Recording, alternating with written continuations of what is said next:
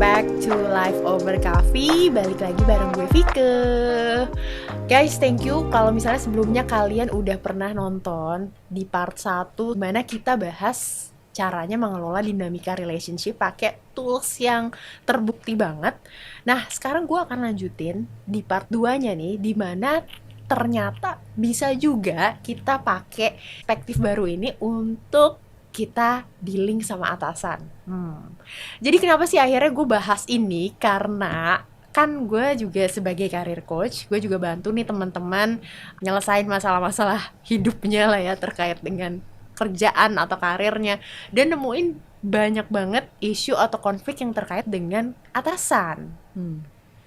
Gitu. Jadi sekarang gue mau ngobrol lagi sama Astari mengenai hal ini. Ini kita akan ngobrolin bos nih kali ini. Oke, seru-seru. Bergunjing-gunjing faedah gini gue suka.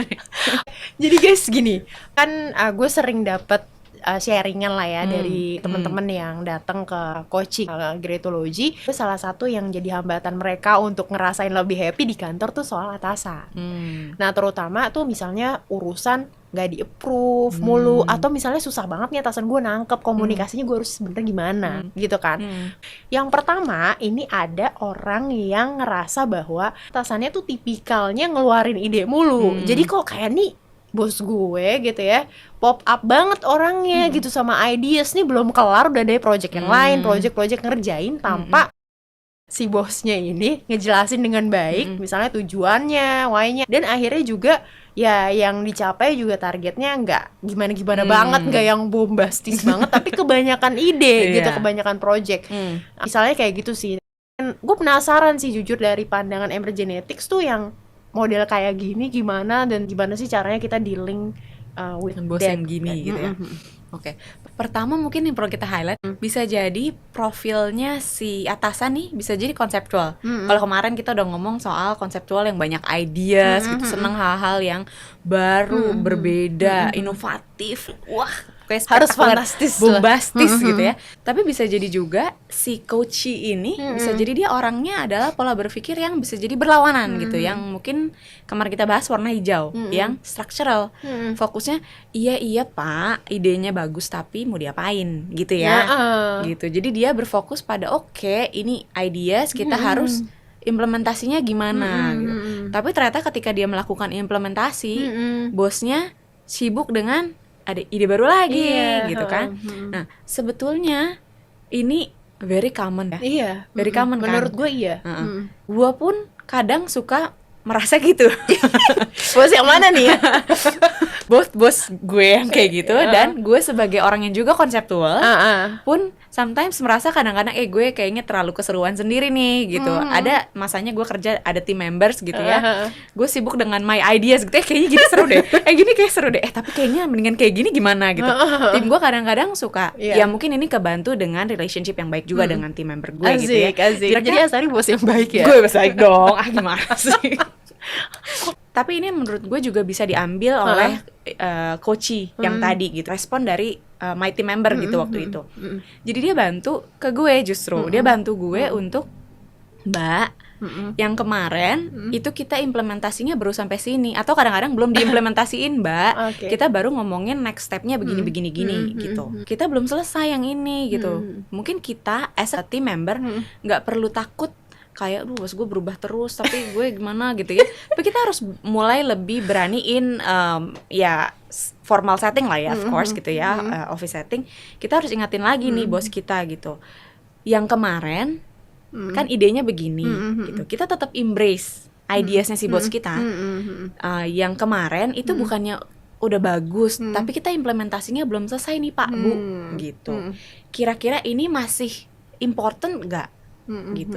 Jangan sampai kita fokus on what yang nggak matters gitu sebenarnya buat perusahaan gitu. Karena kadang-kadang bukannya orang ini nggak mau nyelesain, cuma kayak dia cannot help it aja gitu untuk throw ideas gitu. Mungkin dia juga tahu yang penting tuh yang kemarin.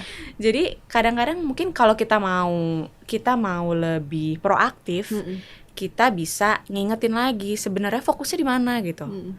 Apakah yang sekarang ini cuma you being a creative person, atau memang ada urgensinya untuk ideas yang baru. Tapi mungkin supaya kita juga nggak stres karena kita mungkin preferensinya yang lain. Iya. Dan kita juga harus tahu bagaimana yang buat kita lebih nyaman gitu. Oke, kalau dia punya banyak ideas, kita lihat nih, kita jamrengin sendiri kalau bos kita nggak bisa diomongin ya. Kita lihat mana yang sebenarnya impactful, karena kita juga pasti kan punya tuh.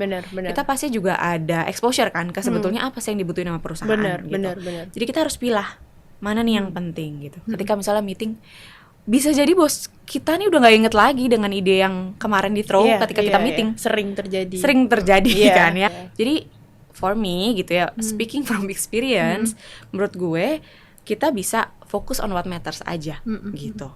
Jadi kalau misalnya dia tiba-tiba throw nih pas meeting, ternyata masih inget deng gitu, tapi kita nggak kerjain gitu, kita bisa bilang, jadi yang penting yang mana dulu nih gitu. I think kita juga as a team member harus lebih proaktif sih. Karena kalau misalnya kita cuma diem doang, pertama energinya habis, kedua waktu habis buat misuh, ketiga ujung-ujungnya nggak ada yang beresin. Ya, jatuhnya bantuin tim juga ya. Karena kan pasti kita punya resources, terus kita mikirin alokasinya sebenarnya prioritasnya yang mana. Jadi perlu juga nih komunikasi asertif ke atasan. Dengan kita udah kenal, oh bosnya emang kayak gini.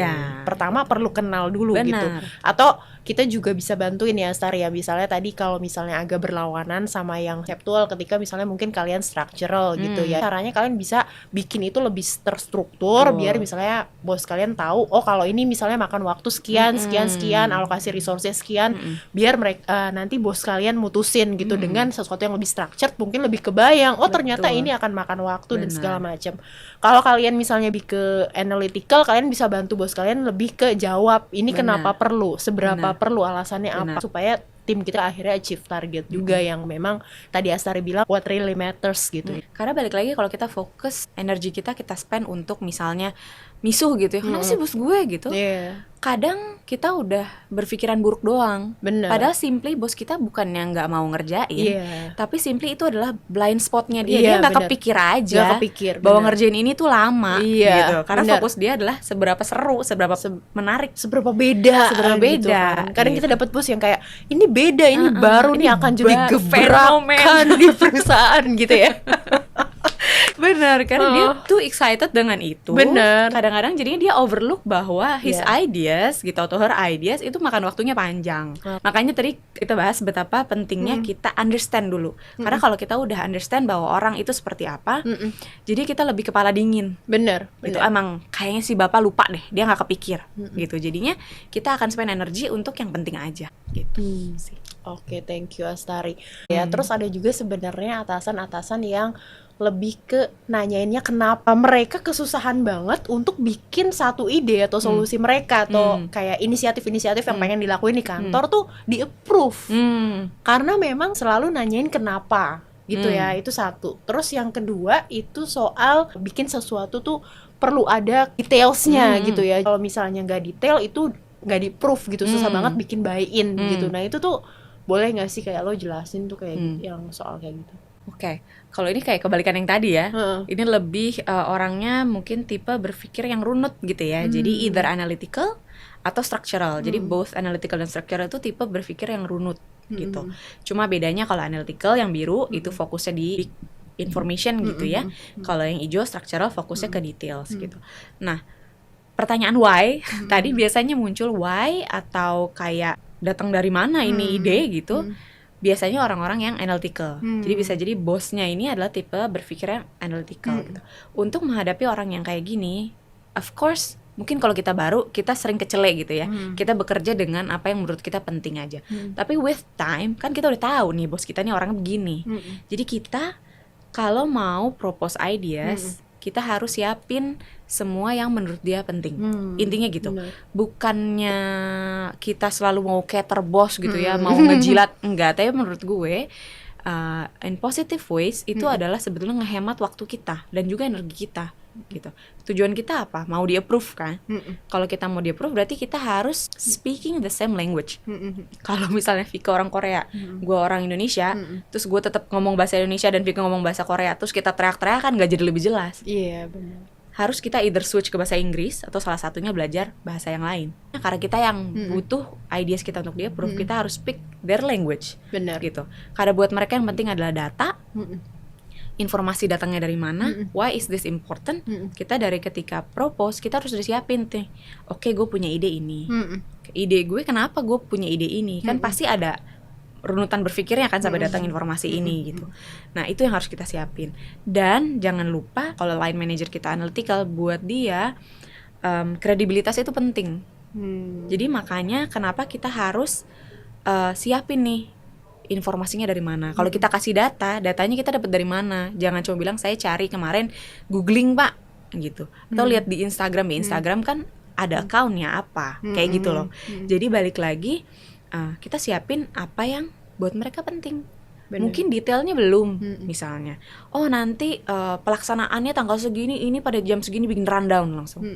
Ya buat yang analytical rundown nanti dulu. Kenapa dulu kita bikin ini? Kebalikannya, kalau misalnya bosnya nih justru yang structural, buat dia details matter gitu. Instead of focusing on why, buat dia oke, idenya gini, fine gitu. Terus gimana pelaksanaannya? Gitu. Jadi kita udah sibuk nih bilang ke bos kita yang thinking preference hijau structural. Iya bu, ini tuh idenya menarik banget. Kita mau bikin event ini. Ini tuh seru, belum pernah dilakukan di tempat lain gitu ya. Terus kita fokus betapa serunya ide ini. Betapa menurut data ini tuh adalah ide terbombastis yang kita bisa lakukan. Buat leader yang structural, it doesn't matter seberapa bombastisnya ini. Lu lihat timeline, lu lihat budget, bisa nggak kita ngelakuin ini? Gitu. Kalau menurut lo bisa, gimana implementasinya? Jadi dengan bos yang kayak begini ya kita siapin aja. Oke, idenya A.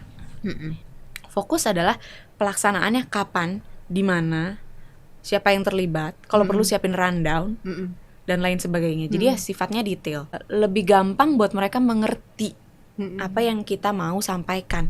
Balik lagi speaking the same language. Kalau kita ngomong bahasa yang berbeda, bahasa konseptual, seberapa seru dan bombastisnya ini, dia nggak kedengeran. Karena itu blind spotnya dia.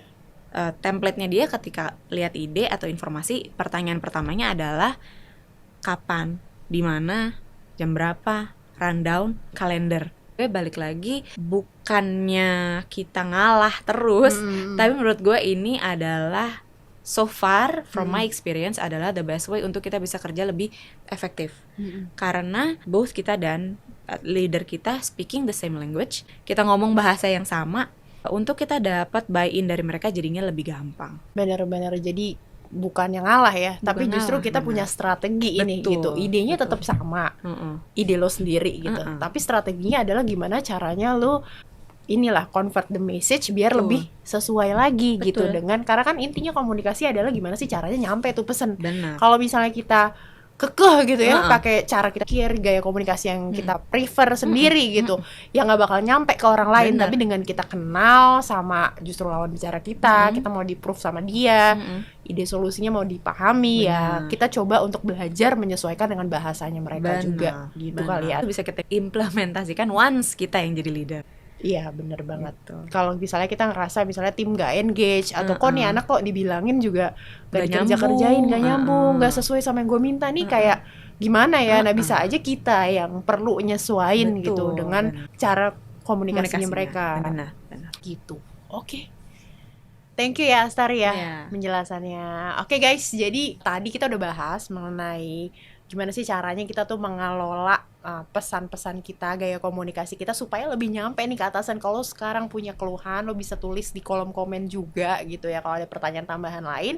Terus kalian bisa nyari-nyari lebih lanjut soal yang kita bahas ini di link yang ada di deskripsi. Kalau ada mau pertanyaan juga boleh di komen. Oke, jangan lupa subscribe dan thank you for watching.